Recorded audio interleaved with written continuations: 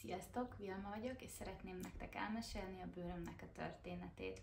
Azzal szeretném kezdeni, hogy igazából én apukám bőr problémáit örököltem, ő is nagyon pattanásos volt tini korában, amikor tombolnak a hormonok, akkor ez úgymond szokásos, tehát csak néhány ember van, aki ezt megúszta, aki szerencsésebb és nincsen durva pattanása, vagy nagyon zsíros bőre, nagyon sok miteszere, stb. Hát én nem voltam a szerencsések közé tartozó, úgyhogy kb. Olyan 10-11 éves koromban nekem is elkezdett zsírosodni és pattanásosodni az arcbőröm. Ekkor ugye még azt gondoltuk, hogy ez semmi különös, mivel igazából mindenkinek ilyen szokott lenni ebben a korosztályban.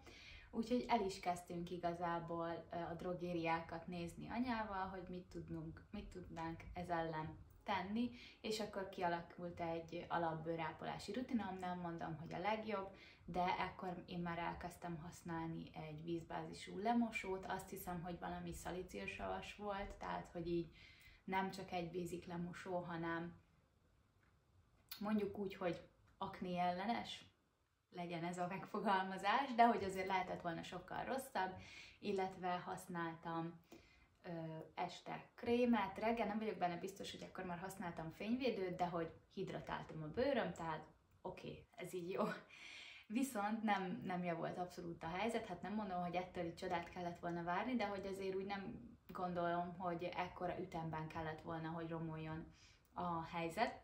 Úgyhogy közben puskázok, hogy mikor tájt is volt ez, de hát igazából nem rögtön bőrgyógyászhoz fordultunk, hanem szerintem olyan 12 éves koromban elmentünk egy kozmetikushoz, aki elkezdte havonta, 3 hetente kezelni az arcomat. Ugye nyilván a gyulladt pattanásokhoz nem nyúlunk, de a miteszereimet azokat kinyomta, és nagyon durva ütemben mindig visszajöttek ezek a bőrproblémák, úgyhogy, de már ennél gyorsabban vagy sűrűbben nem lehetett volna járni, úgyhogy ez nem volt megoldás, és igazából így vele együtt megegyeztünk, hogy jó, hát akkor bőrgyógyász.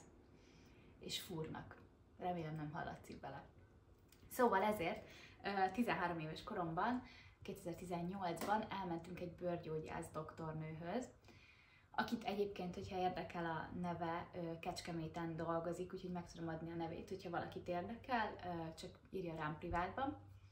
És elmentünk hozzá, és hát nyilván nem először a legdrasztikusabb módon próbáltuk megoldani ezt a problémát, úgyhogy sokszor fogom azt mondani, hogy úgyhogy bocsánat. Ezért igazából ő azzal próbálkozott, hogy a drogériás bőrápolás mellé építsünk be gyógyszertári krémeket is, nem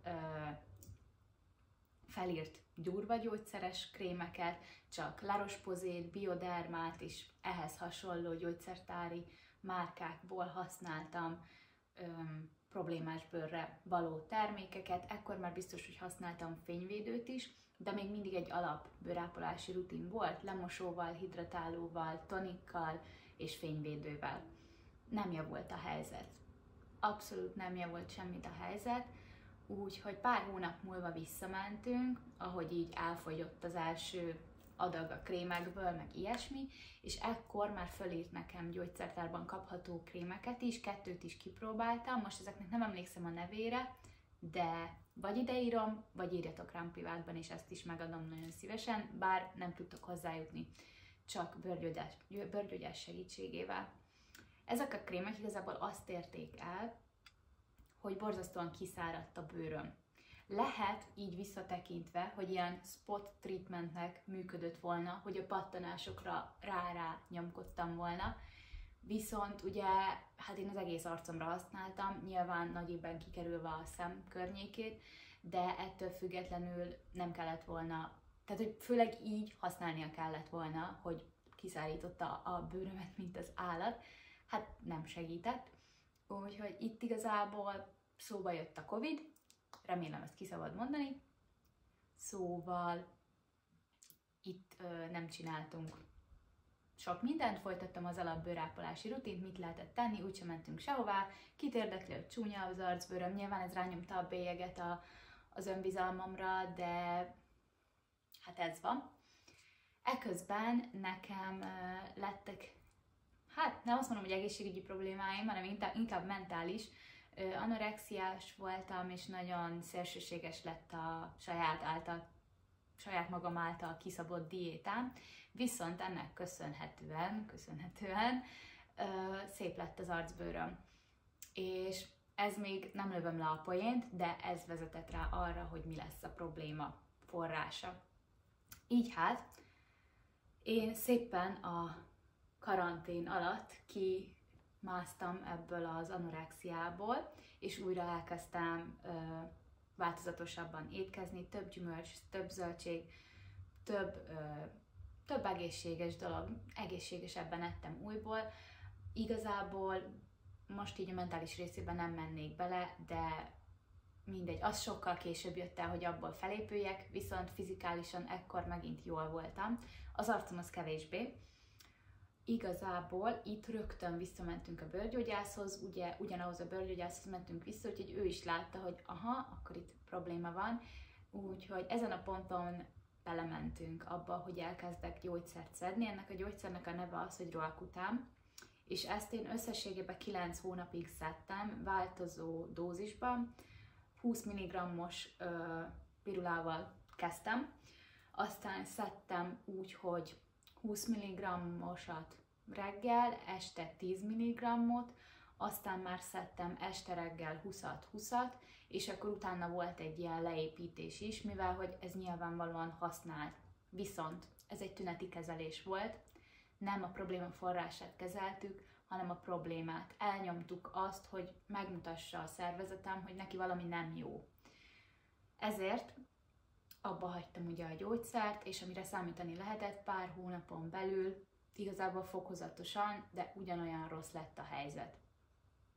Ekkor én már nagyon nagy ilyen fitness girl erámba voltam, ezért nagyon sok fehérjét fogyasztottam, nem csak fehérjeport, tehát nem a fehérjeporokat szidom, nem az összes táplálékkiegészítőt, hanem én próbálkoztam bevinni, számoltam a kalóriákat, ugye ebben már képbe voltam az evészavaros múlt miatt, számoltam a kalóriákat, a makrotápanyagokat, és tudtam, hogy elegendő fehérjét kell bevinnem ahhoz, hogyha én izmot szeretnék növelni. Ezért én nagyon sokszor csináltam azt, hogy összekevertem krémtúrót, szkírt vagy zsírszegény joghurtot, ilyen folyékony édesítővel, esetleg még ízesítettem fahéjjal, citromlével, ilyesmivel, és akkor így ez volt nekem egy ilyen reggelim vagy vacsorám.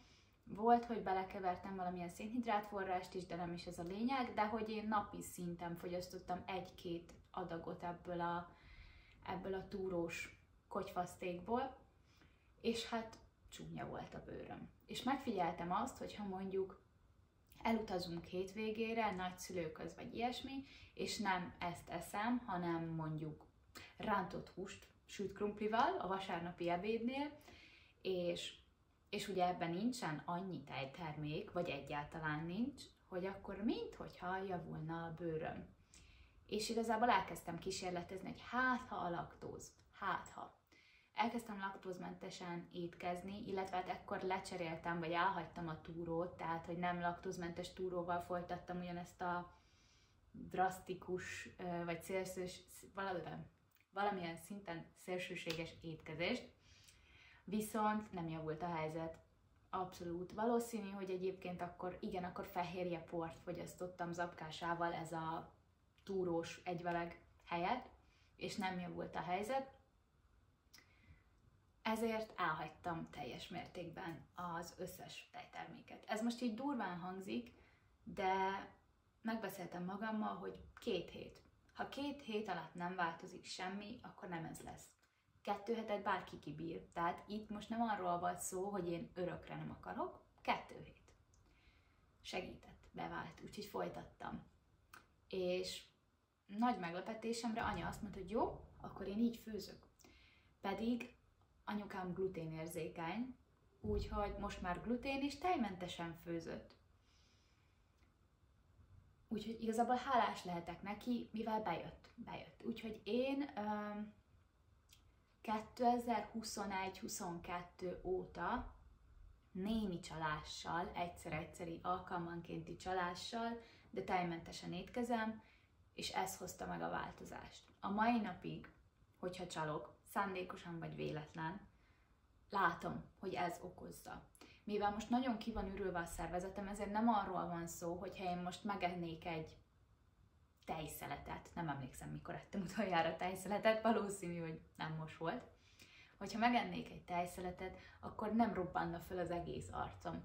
Viszont mondjuk a múltkor ettem Sinna Heaven-ös nem vegán csigát, és kijött 2-3 pattanás, és nem olyan durvák, nem annyira agresszívak, de kijönnek, és rossz a bőrömnek, illetve alapjáraton a bőrömnek a textúrája rossz lesz. Nem, tehát több miteszer, egyenletlenebb, nem csak az a pattanás, hanem rosszabb lesz, irritáltabb lesz. Ezért igazából én most tudom, hogy ez van, nincs kivizsgálva, mert hát igazából volt szándékomban, elmentem gasztroenterológushoz, aki elküldött egy vérvételre, viszont az nem adta ki. Én direkt megkérdeztem, hogy nem kell visszaterhelni, mert hogy én sejtem, hogy mi a probléma, és hogy én nem terhelem vissza, és azt mondta, hogy nem, ki kell, hogy hozza. Hát nem hozta ki. És én meg nem érek rá arra, hogy most én visszaterheljem, meg hogy ha meg azt mondaná, hogy mennyi ideig, 1 hétig minden nap igyak meg egy deci joghurtot, vagy micsoda. Tehát, hogy támpont, hogy mennyit kéne akkor ennem, mert annyira így élem már a mindennapjaimat, hogy egyébként eszembe se jutna, hogy hol illeszem be, úgymond ezt a csalást szándékosan. Úgyhogy itt állunk, a jövőben tervben van, hogy kivizsgáltassuk, hogy pontosan mivel van a probléma, hogy mondjuk kiderülne, hogy bizonyos sajtokkal ne lenne problémám, vagy nem tudom, de hát nem mondom, hogy soha nem vágynék arra, hogy megehessek egy sima desszertet, de számomra megéri az, hogy egészséges a bőrképem, és hogy egészséges vagyok én is. Remélem, hogy valakinek segíteni tudtam ezzel. Nem mondom azt, hogy mindenkinek ez lesz a megoldás. Biztos vagyok benne, hogy van, akinek csak tök más problémája van akinek egy jó bőrápolási rutin sokat segít, van, akinek sajnos autoimmun betegsége van, és ez se fog segíteni rajta, de egy próbát megér. És nagyon sok emberről hallottam, akiknek ekcémás a bőrük, akiknek pikkely-sömörös a bőrük, és ez volt a megoldás. Vagy éppen a glutén, vagy éppen a laktóz, vagy a szója, teljesen mindegy, de próbáljuk megkeresni az okot, mert nem mindig, sőt, soha nem a gyógyszer a megoldás a tüneteinknek az enyhítésére, hanem a forrásának a megkeresése, a probléma forrása. Úgyhogy ezt vidd haza magaddal, hogy keresd meg az okát annak, hogyha valami kellemetlen tüneted van, mert nem az lesz a megoldás, hogy te beszedsz valami bogyót, ami eltünteti a tüneteket. Örülök, hogy velem tartottál. Köszi, hogyha végignézted. Töltök még fel majd videót, úgyhogy iratkozz fel, hogyha szeretnél. Akár írd meg kommentbe, hogy mire lennél még kíváncsi, akár bőrápolási rutin, bár mondom, nem ezzel hoztam helyre az arcomat, de bármit, akármilyen témára kíváncsi vagy, igazából, amit én gondoltam, az beauty, életmód, receptek, bármi, írjátok meg, hogy mire vagytok kíváncsiak. Sziasztok! Köszönöm, hogy megnéztétek!